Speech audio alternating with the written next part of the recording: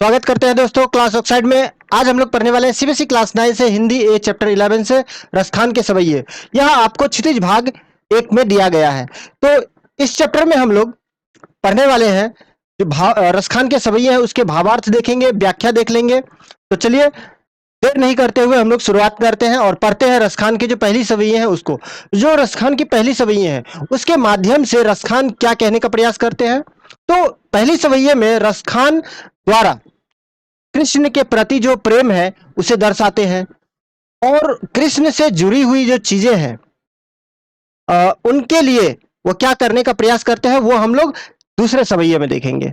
फिर तीसरे सवैये में जो हम लोग देखेंगे उसमें देखेंगे कि गोपियां किस तरह से कृष्ण का वेशभूषा धारण करना चाहती हैं और कृष्ण की जो बांसुरी है उसी उससे क्या करती है, ईर्ष्या करती है।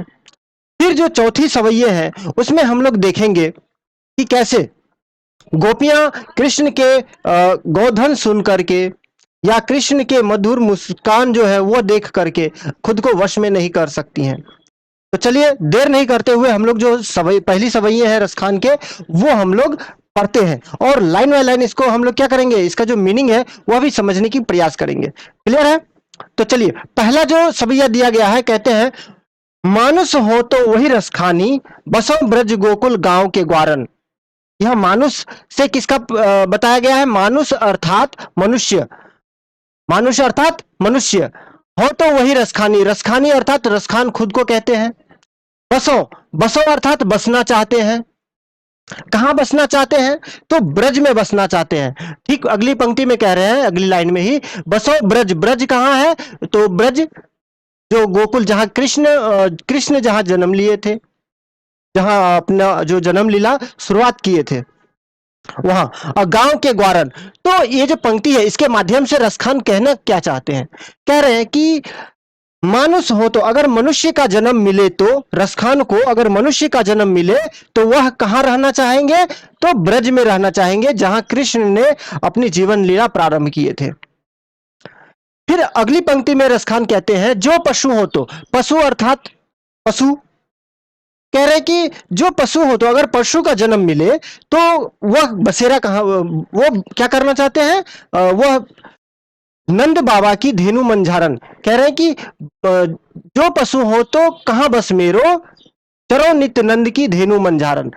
कि अगर उन्हें पशु का जन्म मिले, मनुष्य का जन्म ना मिले, अगर पशु का जन्म मिले तो वह चाहते हैं कि बस एक ही इच्छा है उनकी कि नंद बाबा की जो धेनु है, धेनु अर्थात गाय है, उनके बीच में रह करके चरना चाहते हैं। तो यहाँ जो दोनों पंक्ति है इसके माध्यम से जो रसखान है वही कह रहे हैं कि अगर मनुष्य का जन्म मिले, मनुष्य का जन्म मिले तो वह ब्रज में रहना चाहते हैं। अगर मनुष्य का जन्म ना मिला तो पशु का जन्म मिले तो वह नंद बाबा के जो गाय हैं उनके बीच में रह करके चरना चाहते हैं।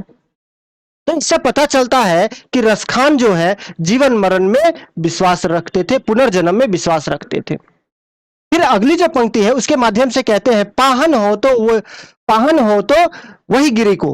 पाहन, पाहन अर्थात पत्थर, पाहन अर्थात पत्थर। तो फिर कह रहे हैं कि पाहन हो तो वही गिरी को जो कियो हरिछत्र पुरंदर धारण। अब ये इस पंक्ति से के माध्यम से क्या कह रहे हैं? पाहन अर्थात पत्थर हो गया, गिरी अर्थात पर्वत हो गया, और हरिछत्र पुरंदर धारण। और पुरंदर क्या है? तो पुरंदर है इंद्र, और धारण अर्थात धारण करना। और हरि छत्र, हरि ने क्या किया? छत्र बना दिया, यानी कि एक क्या किया, एक इसके देखिए इस लाइन के पीछे एक कहानी छुपी हुई है। कौन सी कहानी छुपी हुई है? तो एक बार इंद्र गुस्सा हो गए थे और गुस्सा हो करके उन्होंने क्या किया कि ब्रज पर, गोकुल पर बारिश करवाने लगे। अब बारिश करवाने से बहुत बाढ़ आ गया, तो ब्रज लोगों को बचाने के लिए कृष्ण क्या करते हैं? गोवर्धन पर्वत को अपने उंगली पर उठा लेते हैं और जो सभी के लिए एक छाया बना देते हैं ताकि वह बरसात से बच सके। तो इसीलिए कहते हैं रसखान कि अगर मुझे पत्थर का भी जन्म मिले तो मैं वह गिरी बनना चाहता हूं, वह पर्वत बनना चाहता हूं जिसे रसखान ने क्या किए थे? अपने उंगलियों पर उठा लिए थे, धारण कर लिए थे। फिर अगली पंक्ति में चलते हैं और अगली पंक्ति में कहते हैं कि जो खग हो तो, अब फिर से कहते हैं अगर, खग अर्थात खग, खग का अर्थ क्या हुआ? पक्षी। बोल रहे हैं अगर पक्षी का जन्म मिले तो बसेरो करो। पक्षी क्या करते हैं? पैरों पर बसेरा करते हैं। तो ठीक वही कह रहे हैं कि अगर खग हो तो बसेरो करो, यानी कि बसेरो करो न बसना। कहां बसना? पैरों पर बसना। तो मिली कालिंदी कुल कदम की डारन। अब ये कालिंदी क्या है? यमुना। आपको पता होगा श्री कृष्ण यमुना नदी के किनारे कदम की पेड़ की डालियों पर बैठ करके झूला झूला करते थे, खेला करते थे अपने दोस्तों के साथ, अपने सखाओं सखाओं के साथ। और कदम की डारन, कदम की जो पेड़ है वो। तो इसका कहने का अर्थ क्या है? रसखान कहते हैं कि अगर मुझे पक्षी का भी जन्म मिले तो मेरी यह इच्छा है कि मेरा जो बसेरा मिले, यानी कि मेरा जो घर बने, घोंसला मिले, वह कहाँ मिले? कदम की डारन, डाली पर। डारन अर्थात डाली, ब्रांचेस। और वो जो कदम का पेड़ है वो कहाँ रहे? तो यमुना नदी के किनारे, जहां कृष्ण खेला करते थे। क्लियर है? और ये आपकी सुविधा के लिए जो व्याख्या है वह दे दी गई है। आप लोग इसे नोट डाउन कर सकते हो या तो स्क्रीनशॉट ले सकते हो। तो ये पहले जो सवैये हैं रसखान के, ये इसकी जो अर्थ है वो मैंने आपको बता दिया। चलिए दूसरी सवैये में हम लोग चलते हैं। तो रसखान की दूसरी सवैये है, या लकुटी अरु कमरिया पर, राज तिहुपुर को तजी डारो, आठहों सिद्धि नवो निधि के सुख, नंद की गाय चराए बिसारो।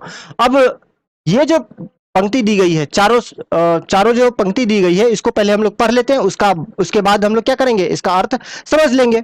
नाउ, रसखान कवो इन आखिन सो, ब्रज के बन बाग तराग निहारो, कोटिक ए कलधौत के धाम, करील के कुंजन ऊपर वारो। तो चलिए इसका अर्थ हम लोग समझते हैं। या अर्थात इस लकुटी, लकुटी क्या होता है? तो देखोगे आप, जब कृष्ण गाय चराने जाते थे तो अपने हाथ में क्या लेकर के जाते थे? एक लाठी लेकर के जाते थे। और क्या लेके जाते थे? तो कंधे पर एक कंबल लेके जाते थे ओढ़ने के लिए। तो वही कह रहे हैं कि या लकुटी, लकुटी अर्थात लाठी, और अर्थात और कमरिया अर्थात कंबल। फिर कह रहे हैं कि राज तिहुपुर को तजी डारो। राज अर्थात जो राजपाट है वो, और तिहु अर्थात तीनों, तिहु अर्थात तीनों, और पुर अर्थात धाम।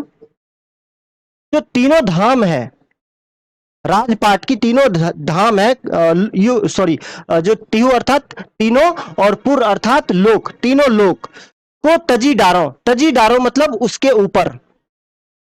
कह रहे हैं कि उसके लिए लकुटी या अर्थात लाठी के लिए और कंबल के लिए जो रसखान है वो क्या कर सकते हैं? जो तीनों लोकों के राजपाट हैं उसे क्या कर सकते हैं? उसके ऊपर न्योछावर कर सकते हैं। डारो अर्थात न्योछावर करना, न्योछावर करना। होता है ना, हमें किसी चीज को बहुत ज्यादा पसंद पड़ जाता है तो हम उसे किसी भी कीमत पर पाने की कोशिश करते हैं। तो रसखान भी यहाँ क्या कर रहे हैं कि उनको कितनी भी चीजें लग जाए, लेकिन वह कृष्ण द्वारा प्रयोग की गई लाठी और कंबल के लिए तीनों लोकों का राजपाट को क्या कर सकते हैं? त्याग सकते हैं। क्लियर है? फिर जो अगली है पंक्ति, कह रहे हैं कि आठों सिद्धि और नौ निधि के सुख, नंद के गाय चराए बिसारो। आठों सिद्धि क्या है? तो देखोगे आप, ऋषि मुनि क्या करते हैं? तपस्या करते हैं और सिद्धियां प्राप्त करते हैं। तो वो जो सिद्धियां हैं उससे जो प्राप्त वो सिद्धियों से जो सुख प्राप्त होता है, वो सुख को क्या करना चाहते हैं? रसखान त्याग देना चाहते हैं, त्याग देना चाहते हैं, बिसारो ना, भूल जाना चाहते हैं। क्यों भूल जाना चाहते हैं? कि नंद की गाय चराए बिसारो, अर्थात नंद बाबा की जो गाय है उसे चराने के लिए क्या कर सकते हैं? भूल सकते हैं। है ना? आप लोगों को भी देखोगे कि जनरली अगर कोई चीज आपको पसंद पड़ गई हो तो आप लोग क्या करते हो? उसी में ज्यादा टाइम बिताते बिताते सब कुछ को भूल जाते हो, यहाँ तक कि पढ़ाई लिखाई भी भूल जाते हो। खेलने में अगर आपको मन लग जाए तो आप खेलने में लगे रहते हो, आपको ध्यान भी नहीं रहता है कब टाइम चला गया। तो वही कह रहे हैं कि आठों सिद्धि और नौ निधि का जो सुख है उसको मैं क्या कर सकता हूं? छोड़ सकता हूं, भूल सकता हूं। किस लिए? नंद बाबा की गाय को चराने के लिए। तो उन्हें नंद बाबा की गाय जो है चराना बहुत प्रिय है। क्यों? क्योंकि ये सभी चीजें जो है कृष्ण से जुड़ी हुई हैं, और कृष्ण से जुड़ी हुई हर चीजें रसखान को बहुत ही प्रिय है। फिर कहते हैं रसखान कवो इन आखिन सो। रसखान कबो इन आखिन से, कबो अर्थात कभी, इन आखिन से, आखिन अर्थात इन आंखों से, ब्रज के ब्रज के वन बाग तराग निहारो। तो क्या कर रहे हैं कि जो ब्रज के जो वन है, वन बगीचे, और तराग, तराग अर्थात तालाब, तराग अर्थात तालाब। तो कह रहे हैं कि जो ब्रज के वन है, बाग है, बगीचे हैं, तालाब हैं, उनके लिए क्या कर सकते हैं, उनको निहारना चाहते हैं। कभी इन आंखों से ब्रज ने, ब्रज के, रसखान कहते हैं कि कभी रसखान ने इन आंखों से जो ब्रज के ये बाग बगीचे हैं, तालाब हैं, उन्हें निहारे थे, निहारे थे। तो उसके लिए वो क्या कर सकते हैं, कौटिक एक कलधौत के धाम, तो वो निहारने के लिए, हमेशा निहारते रहने के लिए, जो कोटिक, कोटिक अर्थात करोड़ों, कोटिक अर्थात करोड़ों, करोड़ों के जो धाम है, कलधौत के धाम, कलधौत अर्थात करोड़ों, कलधौत अर्थात होता है सोना, कलधौत अर्थात क्या होगा, सोना। तो जो सोने के जो महल है, धाम, धाम अर्थात महल, तो करोड़ों सोने के महल को क्या कर सकते हैं, करील के कुंजन ऊपर वारों। अब करील क्या है, तो करील एक झाड़ी होती है, और कुंजन जो करील होता है, कटीली झाड़ियां होता है, कुंजन झाड़ियां, ऊपर वारों, उसके ऊपर क्या कर सकते हैं, वार देना, वार देना अर्थात न्यौछावर कर देना, है ना, मतलब उसके लिए भूल जाना, है ना। ये तो ओवरऑल इसका मीनिंग क्या हुआ, सवैये टू में जो रसखान बताने की क्या प्रयास कर रहे हैं कि जो कृष्ण से जुड़ी हुई जो भी वस्तुएं हैं, उसके लिए रसखान क्या करना चाहते हैं, सब कुछ त्यागना चाहते हैं। तो इसमें रसखान के जो प्रेम है, उसमें त्याग की भावना नजर आती है। क्लियर है। तो चलिए रसखान के अगले सवैये जो है उसको पढ़ लेते हैं। अगला जो सवैये है उसमें रसखान कहते हैं कि, सॉरी, मोर पंखा सिर ऊपर राखी हो, गूंज की माल गरे पहिरोंगी, ओढ़ी पीतांबर ले लकुटी बन गोधन, ग्वारिन संग फिरोंगी। भाव तो वही मेरो रसखानी, सो तेरे कहे सब स्वांग करोंगी, या मुरलीधर, या मुरली मुरलीधर की, अधरान धरी अधरा ना धरोंगी। तो इसके माध्यम से रसखान क्या कहने का प्रयास करते हैं, देखिए, मोर पंखा, मोर पंखा अर्थात हो गया मोर के जो पंख होते हैं, उसी की बात की गई है। आप देखो, देखे होंगे कृष्ण के सर के ऊपर मोर का एक छोटा सा पंख हमेशा लगा करके रखते हैं, सिर के ऊपर रखते हैं।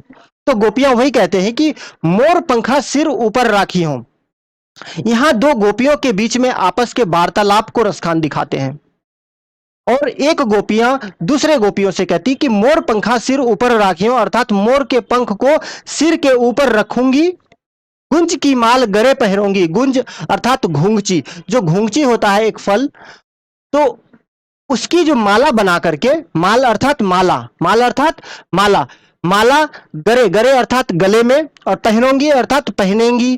तो गोपियां कह रही है पहली पंक्ति के माध्यम से कि मोर के जो पंख है उसको अपने सिर के ऊपर रखेंगी, और गुंज की जो माला है वो अपने गले में पहनेंगी।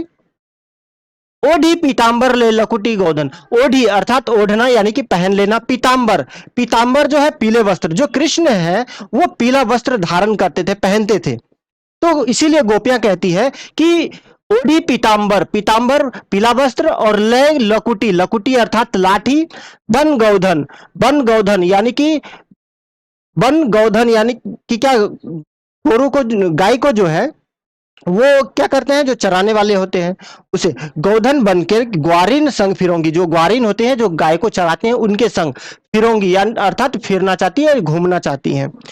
तो जो कृष्ण जिस तरह से गायों को चराते थे लाठी लेकर के और बन बन घूमते थे, उसी तरह से गोपियां भी कह रही हैं कि जिस तरह से कृष्ण करते थे, उसी के जैसा क्या करेगी, तो उसी के जैसा स्वांग करेंगी, अर्थात उसी के तरह, कृष्ण के तरह ही जो जो जो करते थे वही करेंगी।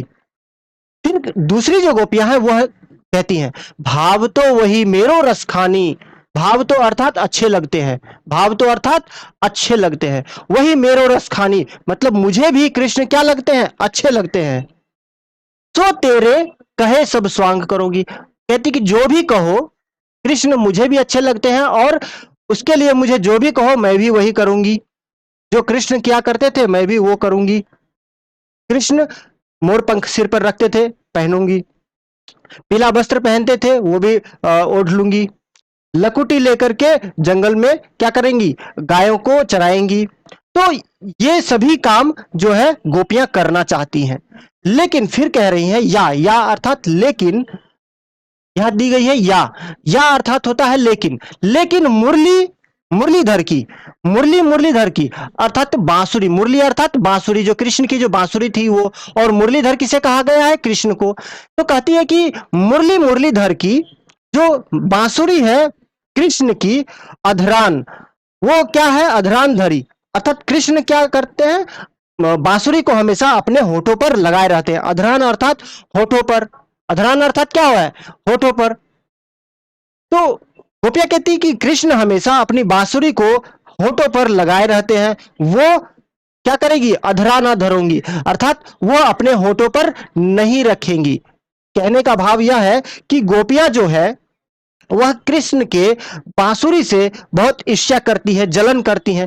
क्यों जलन करती हैं, क्योंकि कृष्ण हमेशा मुरली को यानी कि बांसुरी को अपने होठों पर लगाए रहते हैं और कभी भी गोपियों की तरफ ध्यान नहीं देते हैं, जिस कारण से गोपियां यह समझती हैं कि कृष्ण गोपियों से ज्यादा किससे अधिक प्रेम करते हैं, तो मुरली से यानी कि बांसुरी से प्रेम करते हैं। इस वजह से गोपियां जो है बांसुरी से जलन करती है या ईर्ष्या करती है। क्लियर है।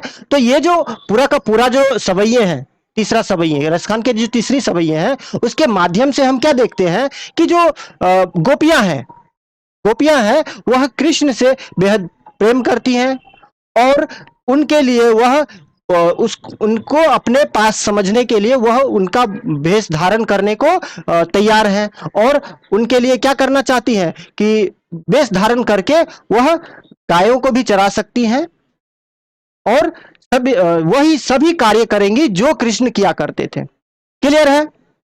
तो चलिए रसखान के जो अगले सवैये हैं वो हम लोग देख लेते हैं, और यह आखिरी सवैया है, इसके माध्यम से रसखान कहने का क्या प्रयास करते हैं उसको हम लोग देखेंगे। तो ये जो चौथी सवैया है, इसके माध्यम से रसखान सबसे पहले गोपियों की व्यवस्था को दिखाते हैं, गोपियों की जो व्यवस्था है उसका वर्णन करते हैं। कैसे, देखिए चलिए। रसखान कहते हैं, कानिन दे, कानिन अर्थात कान, कानिन दे उंगरी रहीबो, जब ही मुरली धुनी मंद बजई है, मोहनी तानन सो रसखानी, अटा चधी गौधन गई है तो गई है, तेरी कहो सिगरे ब्रज लोगनी, काली कोई कितनो समझई है, माई रीवा मुख की मुस्कानी, संहारी ना जई है, ना जई है, ना जई है। अब इसके माध्यम से रसखान कहने का क्या प्रयास करते हैं, तो कानिन अर्थात कानों में, दई अर्थात देना, उंगली अर्थात उंगली, और रहीबो अर्थात रहेंगी। तो ये जो लाइन है इसके माध्यम से गोपियां कहती हैं कि अपने कानों में वह उंगली दे करके उंगली रख रख देगी। क्यों, क्यों रखेंगी, जब मुरली धुनी मंद बजई है, जब ही, जब मतलब जब मुरली, मुरली यानी कि बांसुरी, धुनी धुन, और मंद अर्थात मधुर, बजइये अर्थात बजाएंगे। तो कहने का अर्थ है कि जब कृष्ण अपनी बांसुरी की मंद धुनी, मधुर ध्वनि बजाएंगे, तब गोपियां क्या करेंगी, अपने कानों में उंगली रख लेंगी ताकि जो मुरलीधर की जो मधुर ध्वनि है वह सुनाई ना दे और उसका जो असर है गोपियों पर ना पड़े।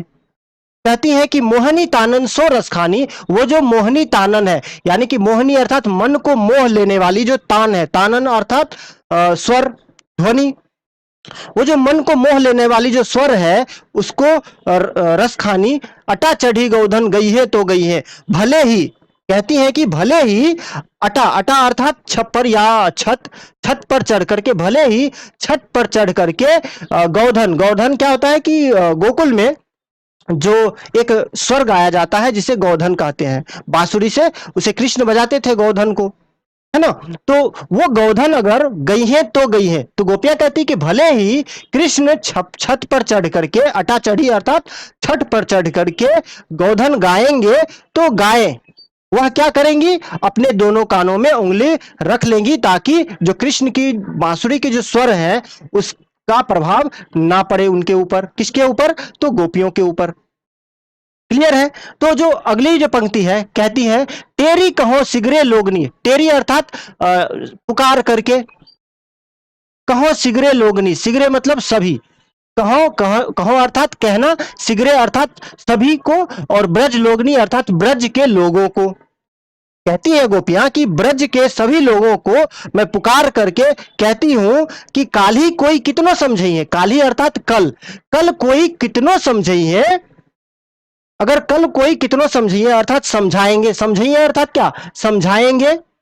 माई री वह मुख की मुस्कानी, माई अर्थात मेरी, वह मुख की मुस्कानी, वो वह मतलब, माई मतलब मेरी, और वह मतलब वह किसकी, तो कृष्ण को, वह मुख की मुस्कानी से अर्थात कृष्ण के मुख की मुस्कानी, मुस्कान अर्थात स्माइल जो है उसकी बात करती है। कह रही कि वह मुख की मुस्कानी तुम्हारी ना जई है, ना जई है, ना जई है, अर्थात वो जो मुख की मुस्कानी है उसको देख करके, मुस्कानी अर्थात मुस्कान को देख करके गोपियां खुद को संभाल नहीं पाएंगी, कहती हैं संभारी ना जई है अर्थात नहीं संभाल पाएंगी, खुद को नहीं संभाल पाएंगी। अर्थात कहने का अर्थ यही है कि गोपियां जो है कृष्ण के मुख के जो मुस्कान है, एक ही मुस्कान पर वो क्या हो सकती हैं, वो खुद को संभाल नहीं पाएंगी, विवश हो जाएगी। पहले तो वो क्या कहती है कि जो धुन है वो अपने उंगली से क्या करेंगी, कानों को बंद कर लेगी, और जो धुन है उसके जो प्रभाव है उसको बंद कर सकती हैं। लेकिन अगर कृष्ण की जो मुस्कान उन्हें अगर एक बार दिखाई दे दे तो वो फिर खुद को संभाल नहीं पाएंगी, विवश हो जाएंगी। तो फिर आप लोग कह सकते हो कि आंख तो बंद करके भी मुस्कान की जो प्रभाव है उसे हम लोग क्या कर सकते हैं, उसे प्रभाव कम कर सकते हैं। तो दोस्तों, तो जो प्रभाव है उसे कम करने के लिए सबसे पहले तो एक मुस्कान तो देखनी ही पड़ेगी। तो जो एक बार अगर देख लें तो फिर उसे क्या करें, दोबारा उसे नजरअंदाज गोपियां नहीं कर सकती थी। तो इसीलिए गोपियां कहती हैं कि जो एक बार सिर्फ देख ले वो मुख की मुस्कान, तो फिर लोग कितना भी समझा लें ब्रज के लोग, मैं खुद को संभाल नहीं पाऊंगी।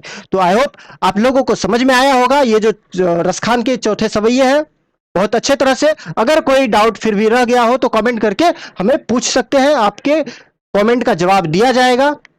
तो मिलते हैं अगले वीडियो में एक नए जो है क्वेश्चन आंसर के साथ। तो चलिए, धन्यवाद।